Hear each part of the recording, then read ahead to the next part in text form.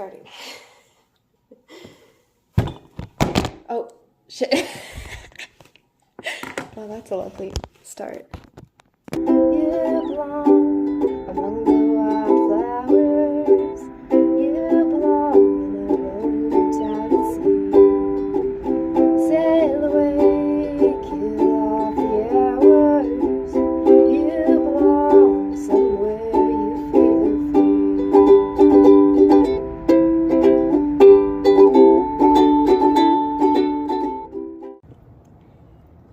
The Louisville Center for Performing Arts hereby presents the National Semi-Annual Talent Showcase, critiqued by none other than the esteemed board of the Louisville Talent Agency, as well as the elder Baroness of Orleansdale herself. Prior contestants include the likes of Kathleen and the Conquerors, Tornado Rider, Niccolo Paganini, and many others who have since skyrocketed to the heights of fame. This talent showcase is widely regarded as the grandest opportunity for rising talents to be seen and heard. But was it really?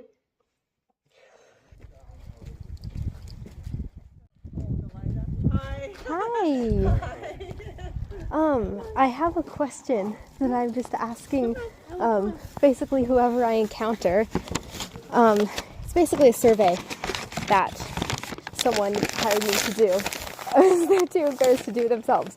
But there's a talent showcase, and this is not a real flyer. But the person that asked me to do this survey is wondering how many people out of the people I encounter on the street would be interested in this talent show. Who's putting on the talent show? Just the Center for Performing Arts. Oh, okay. Out somewhere. Down by the Performing Arts, the round By theater? Pioneer? Or? No, it's like a rural sort of town called Louisville, and it's a fictional place. Oh, But okay. we're just Where Where in town are they gonna? is it at a school? no. Well, it's not going to happen, but we're just wondering how many people hypothetically would be interested. Is it a high school group of kids or just all ages? Just all ages, whoever wants to enter. Oh. I don't know. We travel a lot, so I don't know. I mean, if we're there, we might go. Awesome. It would be in town. Would we say, yeah, it'd have to be in town. Yeah. And No, I totally agree with that. I would not travel for something like this. Alrighty, thank you guys so much. Have a great day. This story did not take place so long ago, neither was it extremely far away from here. However, there are few who admit to remembering the day when the posters appeared. They were everywhere, cluttering every bulletin board and telephone pole.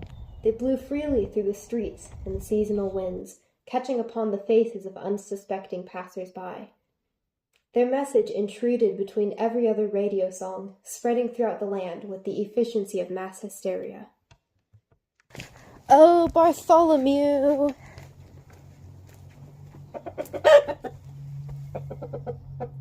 Hi, Bart. Come here. I have something to show you. Look. How interested would you be, hypothetically, in competing in this fictional showcase? What kind of question is that? What was this news, so vehemently occupying the minds of the old and young? The Louisville Talent Show would soon be taking place, and although most folks in the large city had never heard of the event, it would be inaccurate to say that they weren't, at the very least, intrigued. Although it was the first time most folks outside of Louisville had heard of the event or of the town in which it was to take place, it was far from the first talent showcase hosted in the old Louisville Opera House. There were years here and there when no such thing occurred at all, but there were also years where the talent show took place multiple times to make up for that, of course. It was never before nor after, for obvious reasons, advertised on that scale again. Now, I'm sure it all seems rather complex, and indeed there are many misunderstandings associated with this event, which is partially why I believe it should be documented for those who might care to recollect it, and why I have taken it upon myself to record this spectacle. You may be wondering if this is indeed a reliable and historically accurate source, which I assure you it most definitely is. I will do my very best to recount it with the utmost accuracy, despite the chaos that ensued.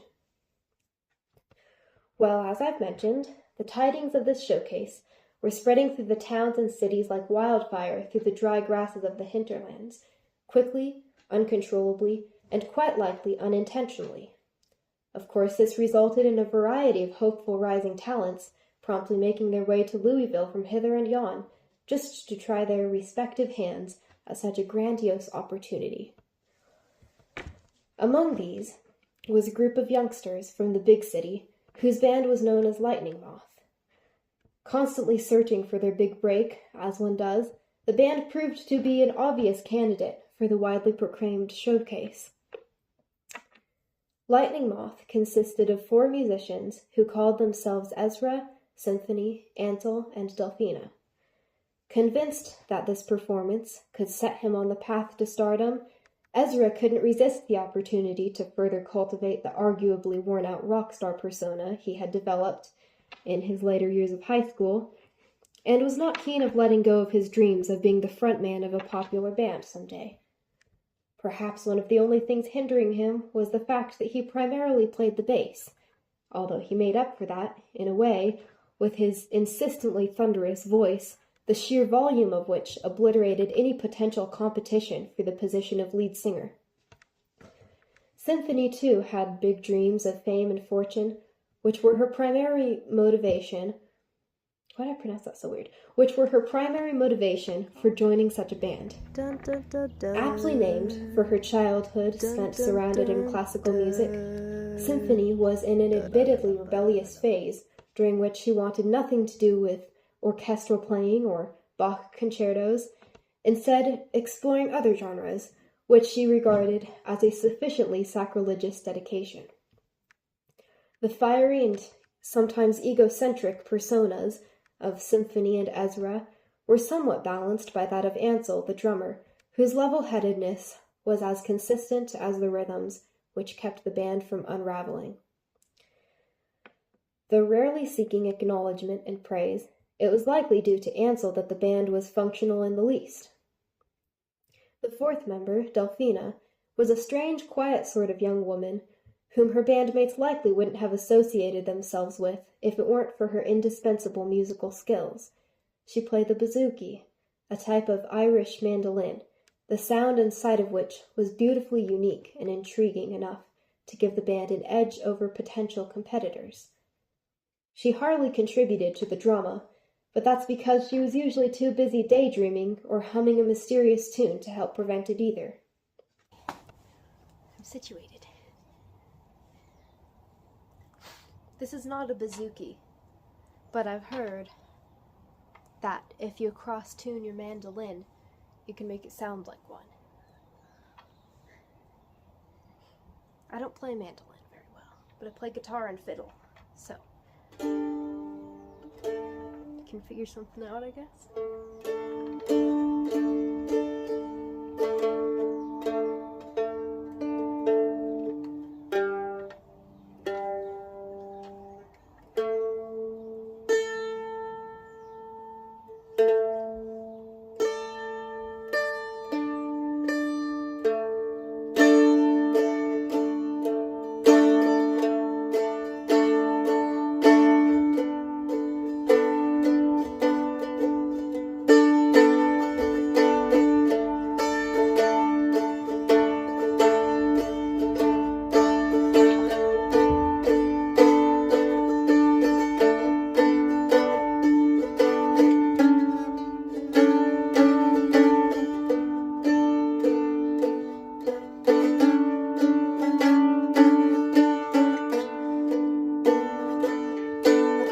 Presently, a number of curious vehicles were making their way along the dusty roads that crisscross the vast hinterlands, like a strange flaxen mosaic. Among these was a rented tour bus, carrying the members of Lightning Moth. Ezra insisted upon making an outstanding first impression by arriving in the type of extravagant vehicle usually reserved for the transport of extremely famous individuals. This first impression, however, would be covered in a significant layer of fine dust by their time of arrival, a fact that had recently dawned upon him, and about which he was grumbling intensely as everything jostled over the uneven terrain.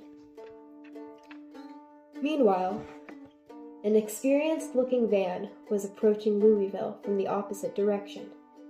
Nearly dwarfed by the extremely tall grasses of this rare fertile region of the hinterlands, it plowed through the undergrowth like a headstrong animal on an urgent mission, determined to negate any potential obstacles. Despite its seemingly feral temperament, it looked quite professional otherwise. The logo printed on the side of the vehicle read, "Belladonna and the Harmony," surrounded by swirling flowers and musical notes.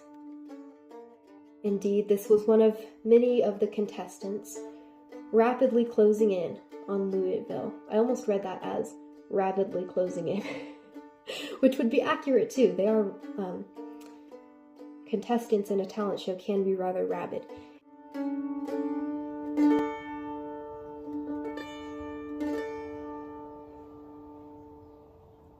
How's that?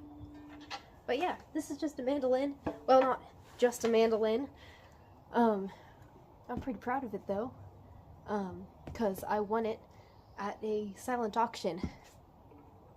Might as well tell the story of how I got it, since we're trying to take up screen time. So basically, I was at a fiddle contest, a literal fiddle contest, and in the back of the room, like, there was just an auction. They were auctioning off a bunch of random stuff. There was like a old guitar that had been turned into a clock, and an old fiddle that had been turned into a clock, and a few like kinds of t-shirts and hats and other merchandise associated with that particular competition. And I don't know, it kind of went on all weekend, and had my eye on this mandolin, had it displayed so beautifully. Look at it. Look how beautiful. I wasn't able to resist. And so at the last minute, my strategy was to wait till they were about to collect the bidding sheaths, or whatever you call them, and just put like $1 above the highest bid, and then I would get it.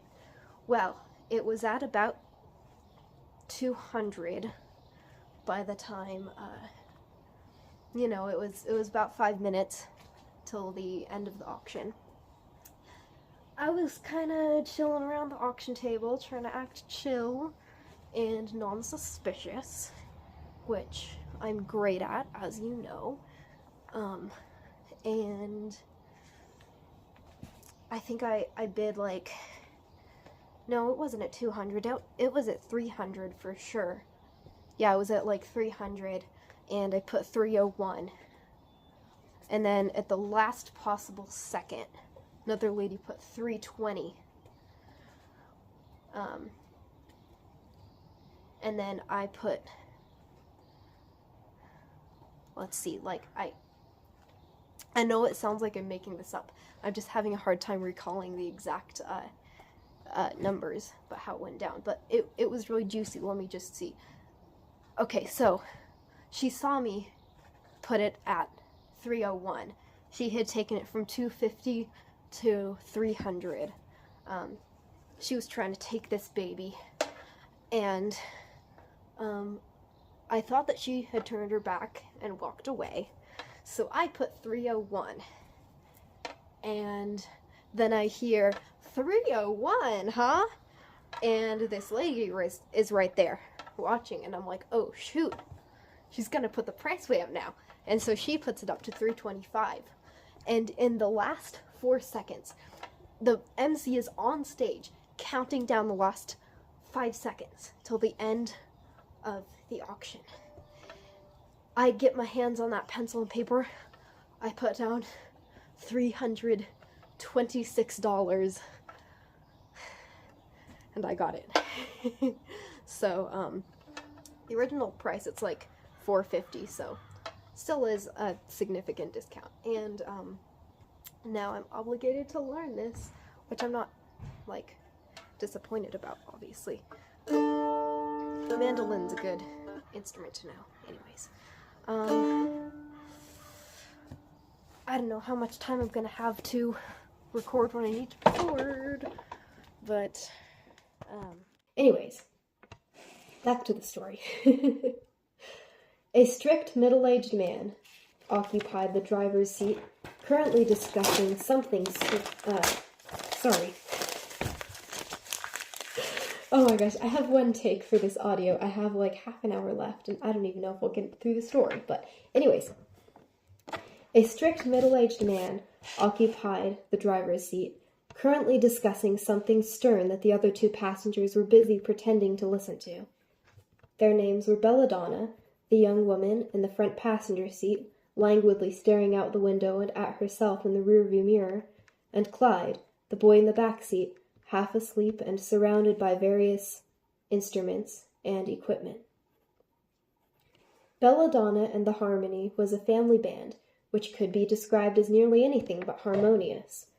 Belladonna and Clyde were cousins, the only two musicians in the family, aside from, arguably, Russ, Belladonna's father. It was he who had insisted upon starting a band in order to boost publicity for his daughter, whom he had raised to be a star. With her flawless looks, years of expensive guitar lessons, and an angelic, classically trained voice, she had been preparing for such a grand opportunity as this for her entire life. Despite this, none of the band's previous performances had yielded a big break for Belladonna, for which Russ blamed Clyde, of course. He had expected her to be a famous pop star by now, as that one fortune-teller had once mentioned, and was becoming impatient. In order to ensure that everything always went according to plan, Russ was the self-appointed band manager, publicist, driver, and bass ukulele player. This role required the planning and critiquing of every performance down to each note, which Russ did terrifically, if you asked him. If you asked Clyde, on the other hand, he would likely express his annoyance towards the constant critiquing of his playing by someone who didn't know much at all about music or general musicianship. Being a rather decent cellist, he was sure to find his fortune if only he could escape his small town to find it. The town of Wheatstraw, which was scarcely more than a cluster of homes and a convenience store, seemed to have sprouted up in the furthest location possible from the rest of society. His only reasonable opportunity to see the world was to perform with the family band until he was well recognized enough to be an independent musician or join an orchestra. In the meantime, he did not whatsoever intend on playing the exact arrangement that Russ had assigned for his solo mid-song. He had to play something far better to impress the elder Baroness, he was sure. Although he had never heard of her, she would be judging the showcase and sounded like someone rather important. As the van pushed onwards, Clyde nodded along with whatever Russ was saying while he improvised a splendid solo in his head.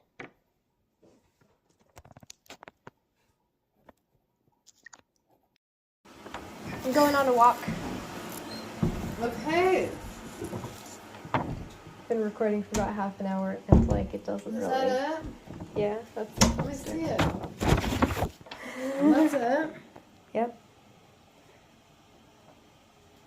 It was kind of asymmetrical, so I had to like, yeah, some of the letters got cut off and didn't look professional enough, so I decided to make it look like someone was hungry. Took a bite out of it. Alrighty. Anyways. Oh my gosh. Okay, take it easy. I'll be back sure? in like a little while, yeah. Okay, you've got your phone? Yeah. I would definitely have my phone. Alrighty. You got Where's the your food? cookies? Okay. Give. Go ahead. Alrighty. Thanks. What's your microphone? I suppose you can. Drink a little water and finish it.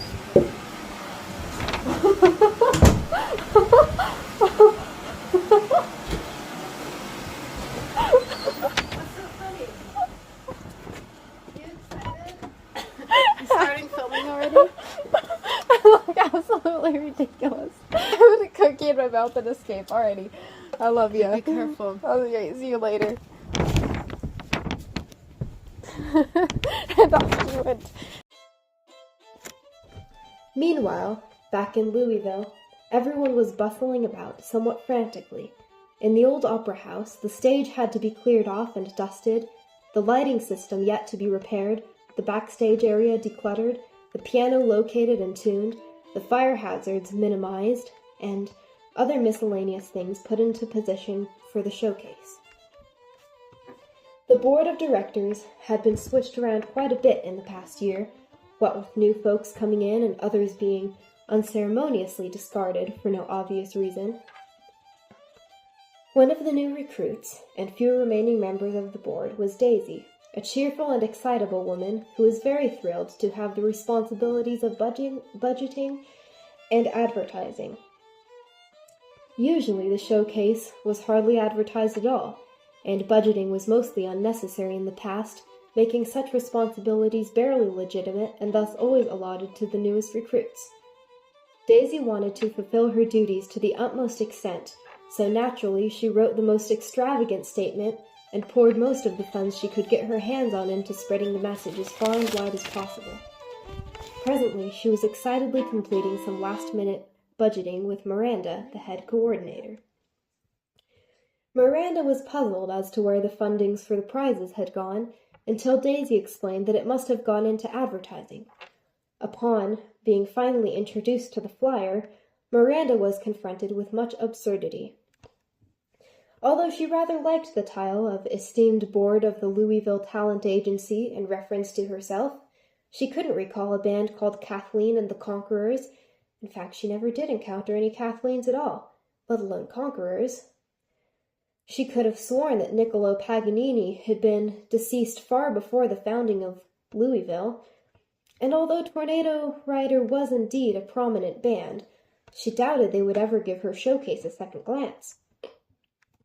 When confronted, Daisy was obliged to admit that most elements of the advertisement were indeed fictional, very much including the elder Baroness of Orleansdale herself. At least, it really was widely regarded as the grandest opportunity for rising talents to be seen and heard, due to the advertisement. Although generally flabbergasted, Miranda's utmost concern was the sudden surge in competition, perhaps even good competition, for her niece Elodie Margaret Marie, for whom the entire event was really... For her niece Elodie Margaret Marie, for whom the entire event was really intended. Daisy said she was supposed... It's been a long day, y'all. We're getting through this. I hope you're enjoying the story so far. Thanks for listening. Anyways, Daisy said she supposed that wouldn't matter, as they were the only two judges and could score the contestants however they liked. Miranda rather enjoyed this idea and was momentarily appeased. It was at that moment that little Elodie herself could be spotted, frolicking about in front of the opera house with the other children. Miranda scoffed disapprovingly and went to sort out the situation. She would not have her niece behave anything but a proper young lady of age 6 that she was. Of all times to spoil her reputation before such a grand opportunity when the other contestants were to arrive at any moment. Got a cookie. Ever heard of it?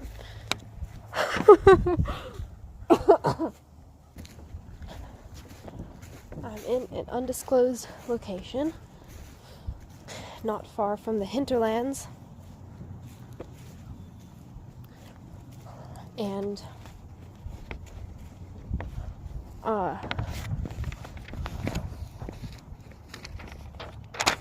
wait, oh.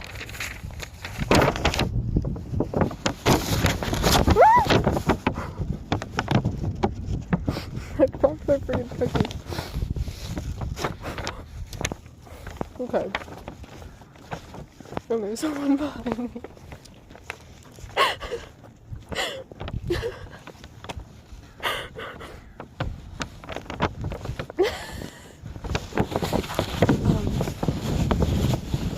I don't know what I'm doing at this point.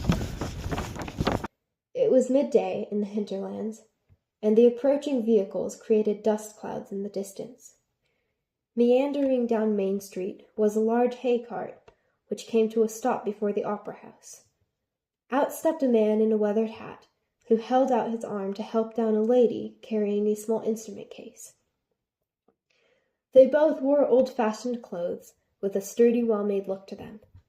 This intriguing young couple would turn up at random throughout the countryside, and were always lovingly welcomed by someone or another who would arrange them a place to stay for the time being, offer them whatever luxuries were available, in exchange for one of their delightfully strange impromptu concerts.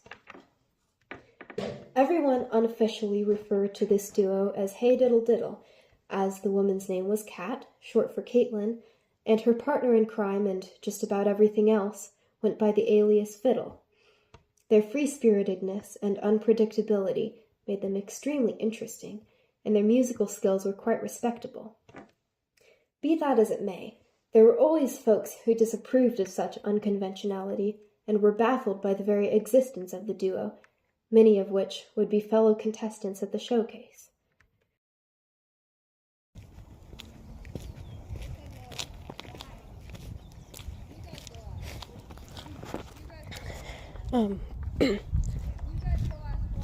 There are children, the likes of which have never looked so intimidating. Also, it's a little bit chilly. Why are they even outside? Anyways, looking at me like they've never seen a girl with a mushroom hat and a long skirt and a ukulele filming and talking to herself. No sooner had a lively conversation erupted between the hay farmer and Miranda, who was now holding Elodie firmly by the shoulders, did a large tour bus and a proud-looking van make their way up Main Street. Oriented towards the same destination, the vehicles drove towards each other in such a way that they met nose to nose in front of the opera house, the hay cart already occupying the half of the road that would allow them to navigate around one another. This resulted in a series of unintelligible gesticulations from both drivers as they attempted to negotiate.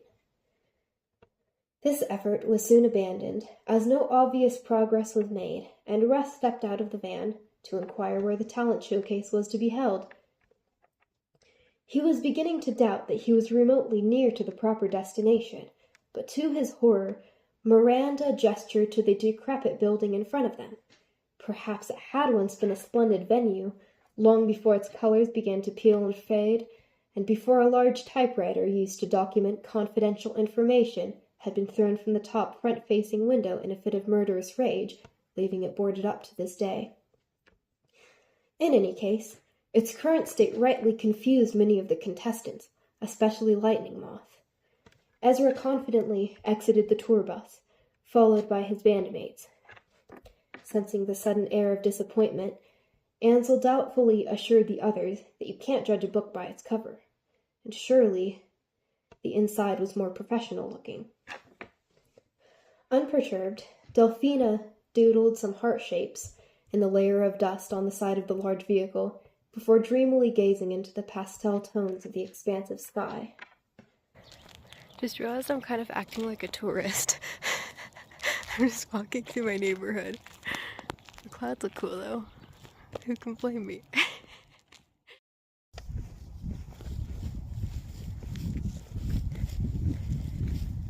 I mean, it's not a very interesting day out. I can make it interesting, I guess. The contestants congregated in front of the opera house, some carrying their instruments, throwing questioning glances at one another and at the venue. Miranda hadn't quite thought about how these newcomers should be addressed, and how, if at all, the false advertising should be explained after they came such a long way. In the meantime, she began habitually introducing everyone to Elodie. In the midst of this undeniably awkward gathering, Daisy made her appearance by laboriously opening the front doors of the opera house. Everyone's attention turned to her, and she flew into professional action just as she'd planned in her head. She extended the small crowd a warm welcome and courteously invited them to come inside to rehearse, tune their instruments, enjoy some tea, and most importantly, tour the wondrously historical opera house. The chaos of preparation was still yet to abate when the contestants gingerly made their way inside. Daisy cheerfully led them through the strange cluttered passageways in the back of the theater, past abandoned dressing rooms and storage areas, through the makeshift green room, and single file through the narrow cluttered wings and onto the stage, chattering and explaining all the while. Somewhat winded, Russ muttered something about the elder Baroness, to reassure himself that somehow this event would be as magnificent as he had assumed, despite the first impression. I have no idea how that looked. I'll try it again.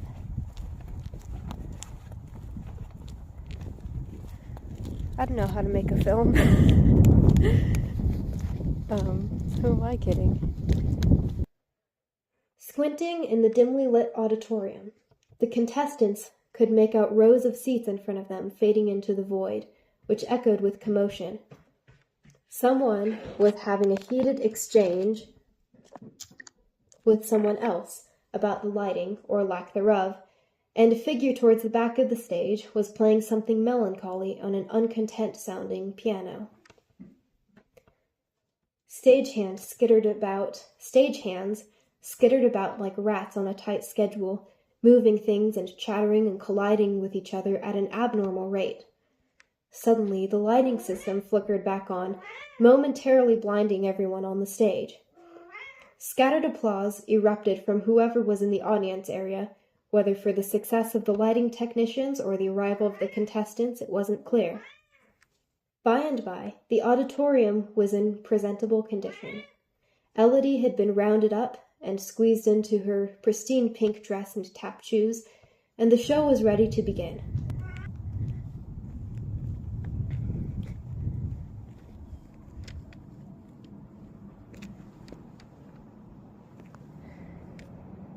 Oh, damn.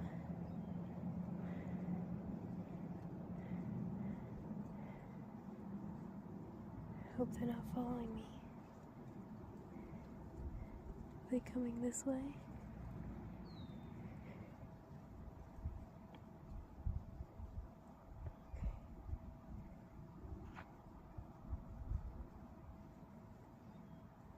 Oh my gosh, I look like a fallen Karen right now. Totally fooling these guys. Yeah, they're following me.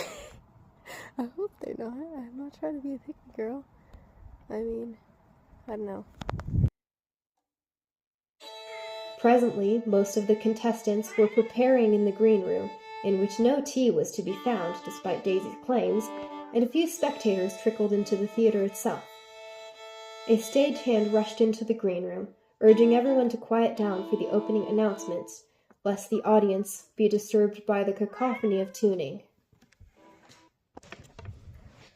A professional-looking man passed through the green room, rehearsing his smile and nodding as he went. Proceeding to the stage, he glanced at the small piece of paper in his hand before enthusiastically welcoming the audience to witness the National Semi-Annual Talent Showcase, hosted by the esteemed board of the Louisville Talent Agency. Before anyone could stop him, the attendance of the elder Baroness was falsely confirmed as well. Not only that, but he then went on a tangent about all her connections and abilities to make anyone rich and famous if they caught her eye. Of course, these were not things she could do at all, as she simply did not exist. Low-key nervous right now, because I think I'm being followed by some rabid children. I mean, I would follow me if I were that age, because, I'm being pretty weird. Should be something over here.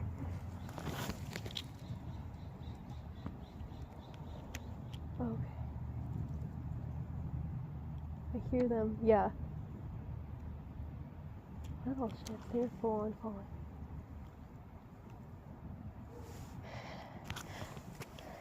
I can literally see them, going in and out of those gates.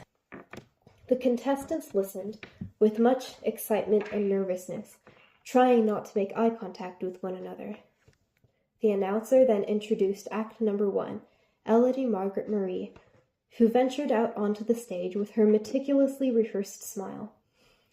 Disoriented by the brightness of the stage lights, which obscured the audience, she did her best to wave in the direction of the applause. Fiddle, seated at the piano in the corner, which nobody had managed to tune, waited for Elodie to find her spot in the middle of the stage before promptly starting a lively rag. This is the black and white rag that I'm about to play on the fiddle, but I want you to imagine that it's actually being played on a piano that's pretty old and slightly out of tune, and someone's tap dancing to it in an old dusty theater.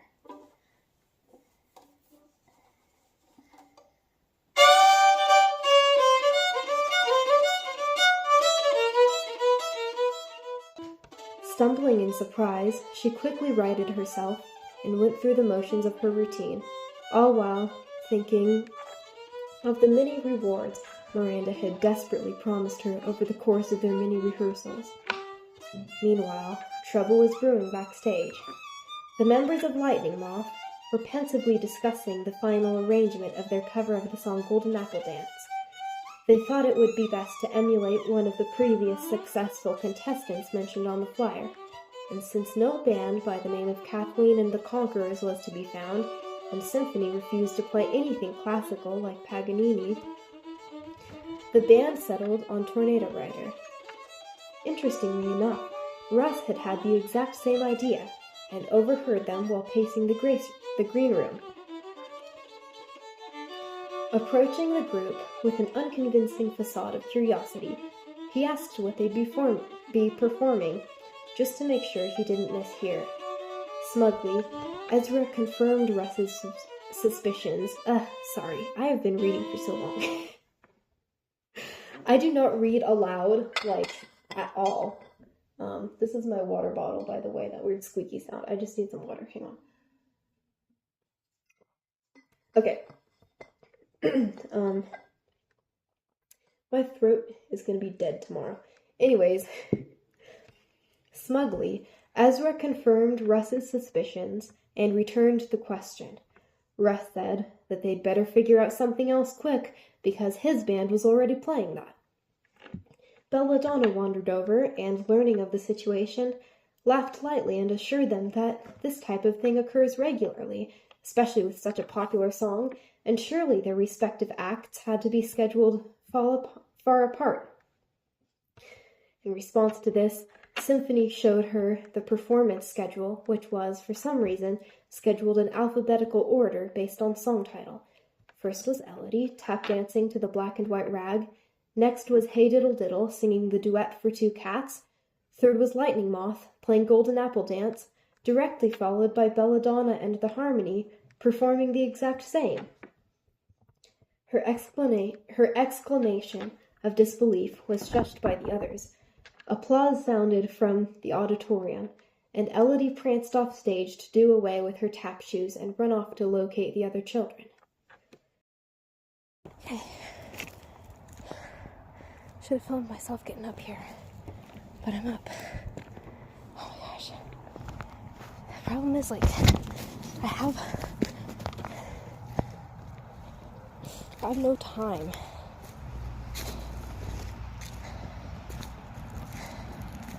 You know?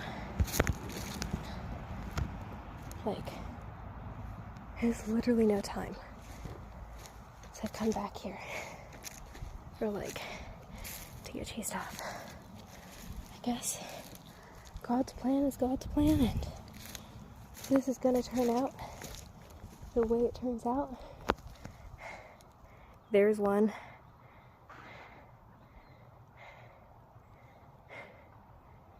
I full on see him. I'm gonna record a quick song.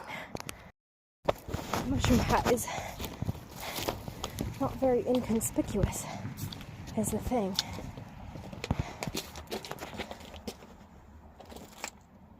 Looks like they're just playing in the street. They're also looking at me.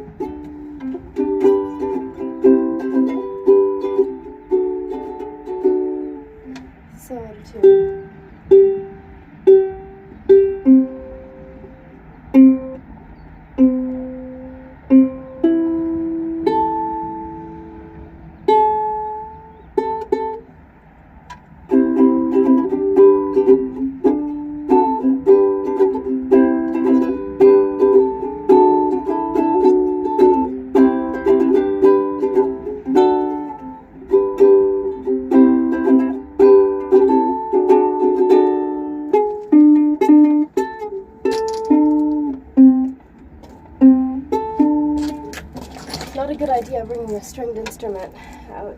Here, is it?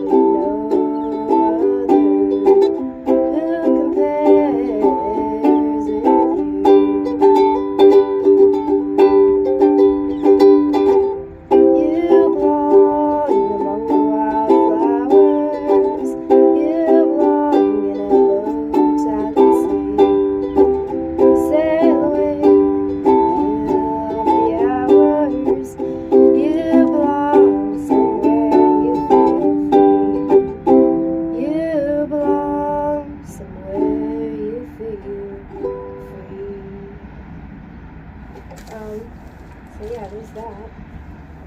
Probably record all the rest of the stuff like at home, where it's not so freezy breezy.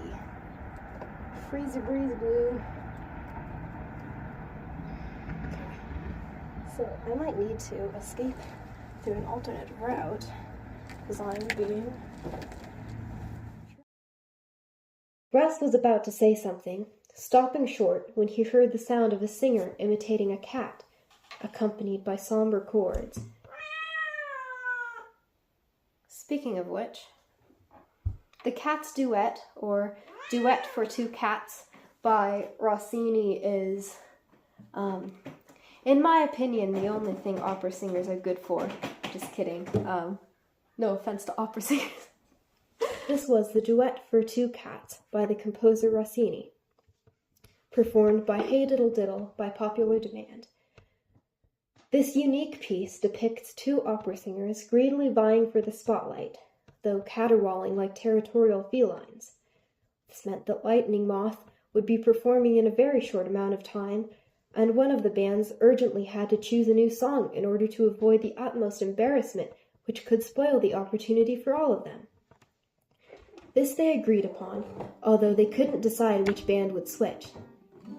Anyways, I'm not an opera singer, or a duet. I mean, I guess somewhat of a duet with this little one.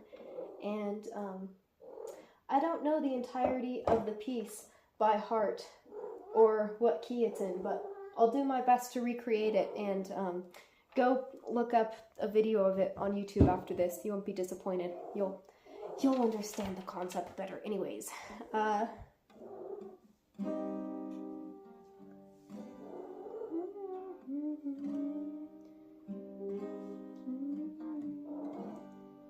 Ansel sensibly explained that if anyone was to change their song, it should be Russ's band, as Lightning Moth had much less time. Russ retorted that was out of the question. He would not change a single note, let alone the entire song. There still wasn't enough time to rehearse it. The argument intensified, and everyone had an increasingly difficult time staying quiet as they attempted to negotiate. Extremely intrigued by the current performance, Delphina had wandered into the wings and was watching, her hand muting the strings of her bouzouki.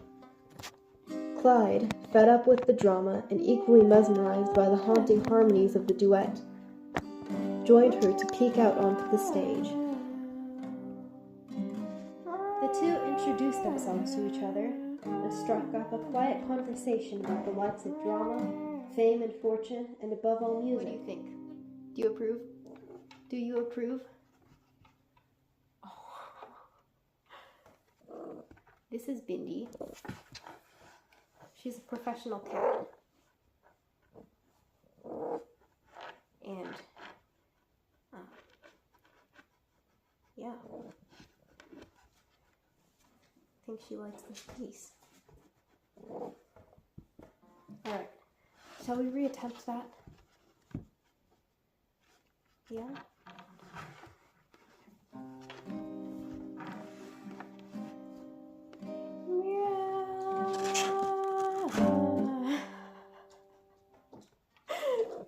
Dindy!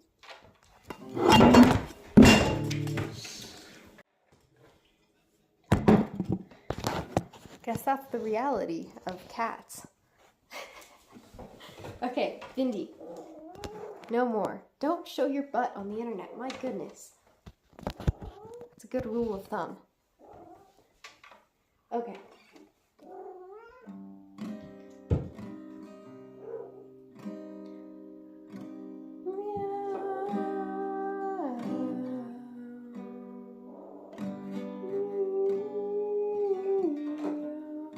As the duet on stage drew out their last notes in a final caterwaul, it dawned on them that they seemed like kindred spirits. Then the other cat comes in. They're all... The audience, beyond the glare of the lights, burst into applause, and Hey Diddle Diddle exited the stage. It was at this moment that the conflict backstage had escalated intensely, and was still very much unresolved. I don't know what I'm doing. And then there's this, next part I think goes... In fact, the musicians were so absorbed in their debate that they stayed backstage for a strangely long time after Lightning Moth was announced. Muttering filled the auditorium, and a stagehand was sent to investigate. Clyde and Delphina returned to the green room as well to find their respective bandmates, who were now heatedly discussing whether Lightning Moth had missed their turn at this point. So this upbeat part's all meow. Russ claimed that Belladonna and the Harmony would now have to perform first, giving time for Lightning Moth to find a new song to perform at the end of the program, since they weren't ready for their turn. Although this was a convincing argument, Lightning Moth retorted that the original schedule would definitely be adhered to. Out of self-preservation, the stagehand decided not to get involved. Someone jokingly suggested that both bands go on stage now and sort it out there. And contrary to expectations, this is exactly what happened. Hi there. No, I'm fine.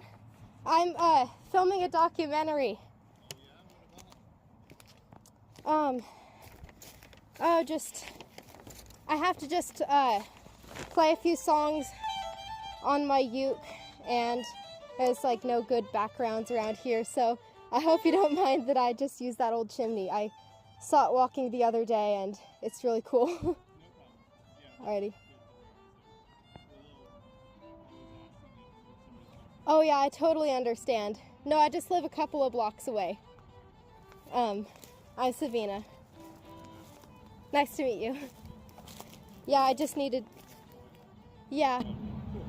Yeah, no problem. You're from around. Yeah. The problem is sometimes, like, Indian people can come in here a lot Yeah. and set up camp, so we're always keeping an eye out. No, I totally understand. I've seen some sketchy people around lately, but yeah. Well, good luck with your documentary. Yeah, thank you. Your own songs, or? No, I was just singing like Wildflowers by Tom Petty. I have a time limit. It's like a challenge where you have to film a documentary in like 3 hours, and it has to be like at least 40 minutes long, so it's just like do whatever you can. And I'm no filmmaker at all, but you know, it's something to do. Yeah. Well, the chimney's kind of a cool backdrop. So, Yeah.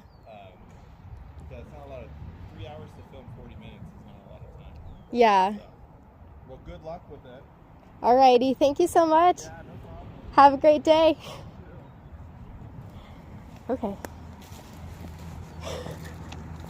It's freaking nerve-wracking. Oh shoot, there's my flyer. I think I'm gonna go the alternate route anyways. Oh my gosh, I am like I was a homeless person. Or like, I don't know. That was okay. Wow. Yeah. The announcer checked his program, then asked if everyone there was from Lightning Moth. When informed about the situation from all points of view at once, he nodded and looked rather confused before descending the stairs on the side of the stage to ask the judges, seated in the front row, about the protocol for such a situation. Needless to say, there was no official protocol, as no such thing had occurred before at the talent showcase.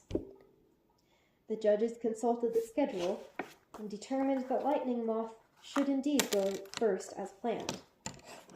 Belladonna and the Harmony was allowed to change their song if they so insisted, as the judges themselves agreed that it would be incredibly awkward for the same song to be performed twice in a row, especially if one band was inevitably far more preferable.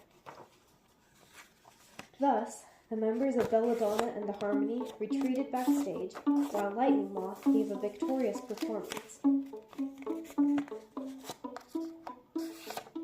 I dance a dance called the Golden Apple Dance, dance all day and night. I dance a dance called the Golden Apple Dance, and I dance till it feels alright. I live alone in an old oak tree, I dance all day and night. Ain't no one gonna cry for me, I dance till it feels alright. I dance a dance called the Golden Apple Dance, and I dance all day and night. Yeah, I dance a dance called the Golden Apple Dance, and I dance till it feels alright. Underneath the apple tree, bouncing through the orchard, no one around so they can't see when I jump and fall in the water. It's gonna jump on in, let the fun begin. Oh, I dance a dance called the Golden Apple Dance, and I dance all day and night. I dance a dance called the Golden Apple Dance, and I dance till it feels alright.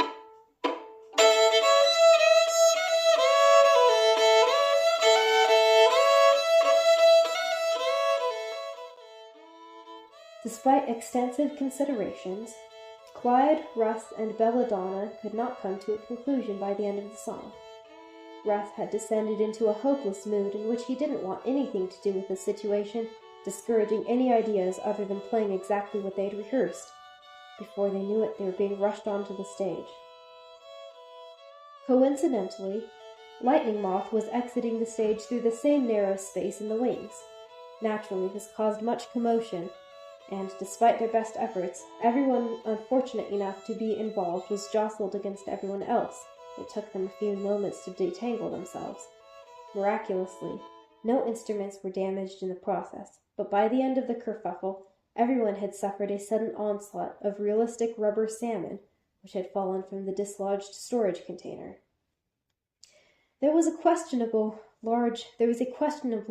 large amount of them, and they seemed to squirm as they scattered across the stage. There was a mixture of shocked gasps and applause from the audience, many members of which presumed that the spectacle was a part of the performance. Confused accusations and salmon were thrown every which way. The announcer hastily clambered onto the stage from the front, as that was what he deemed most efficient at the moment. Firmly, he announced a brief intermission while things got sorted. The curtains closed, and the crew of exasperated stagehands gathered the salmon as best they could, wondering for what bygone production such props had been needed. The various band members were dusting themselves off backstage. Belladonna's band was to perform in a few minutes, as soon as the salmon were cleared away, but Clyde was nowhere to be found. Rumor had it that the judges and the Baroness were quite disgruntled about the delays, as were several other contestants waiting in the green room. Seeing how frantic the situation had become for the other band, Symphony saw an opportunity for kindness and, more importantly, more exposure for herself. She offered Belladonna and Russ to replace their cellist for their song, claiming that she could and would play anything they wanted to, and asking about their plan. Belladonna accepted this offer before her father could deny it, and not wanting to be rude, he welcomed Symphony as a temporary honorary bandmate. The announcer himself then urgently ushered them onto the stage, ignoring how Russ sputtered indignantly. When the stage curtains reopened, they opened upon Belladonna and the Harmony. What would they be performing? Belladonna's mind raced. They still hadn't decided. The announcer held the microphone out to her, and she realized it was now her choice. She then announced that they would be performing Hallelujah. I don't play this song very often for obvious reasons. But here's Hallelujah.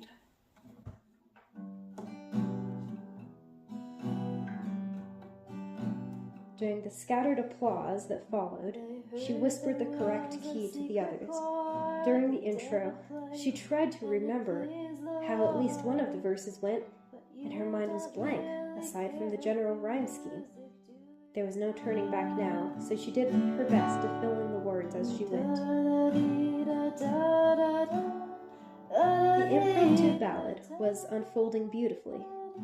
Ezra watched in horror from the wings, as his violinist fraternized with the enemy, as he put it. Delphina was nowhere to be found, and he felt as if the band was falling apart. You say I wrote my song in vain, but I still sang it just the same. You said that you don't care, so what's it to ya? There's a harmony in every chord, it doesn't matter which note you heard. When his whispered ranting escalated to an unreasonable extent, Ansel finally resorted to throwing a salmon at his face to bring him back to his senses. This did not go as planned, and the salmon flew directly across the stage with significant force, landing upon the piano keys to briefly strike a dissonant chord.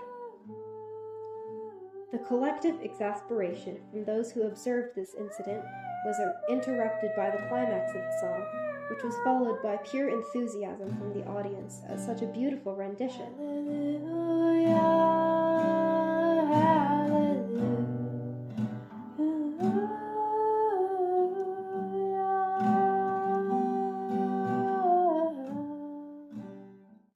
The comedy of this is that my voice is the most worn out it's been in like forever, and I don't really know the chords, and I don't know what I'm doing, so I guess that's like, it's a vibe, right? Anyways. Afterwards, Russ, though relieved that the performance itself wasn't as catastrophic as he'd presumed, made Belladonna promise to never do such a thing again. She wasn't entirely sure what he meant specifically, but agreed with crossed fingers nonetheless. The rest of the showcase continued uneventfully as a few more contestants performed. Soon enough, it was time for the award ceremony. After much suspense, Miranda announced that little Elodie Margaret Marie, standing in her socks, as the grand winner of the talent showcase. Since the prize funds were nowhere to be found, Elodie was awarded an old large trophy and a basket of assorted candies. Everyone else was to be awarded participation trophies to keep... Why did I pronounce that so weird? I'm not even like telling a story anymore. I'm just reading, and the words are just words. It's a long story. I mean, there's hardly any other way to tell it, like, unless I get a bunch of people together to reenact it. Maybe that'll be next year's production. I don't know. Everyone else was to be awarded participation trophies to keep as souvenirs, so Daisy passed around a basket of the rubber salmon and wished them all the best.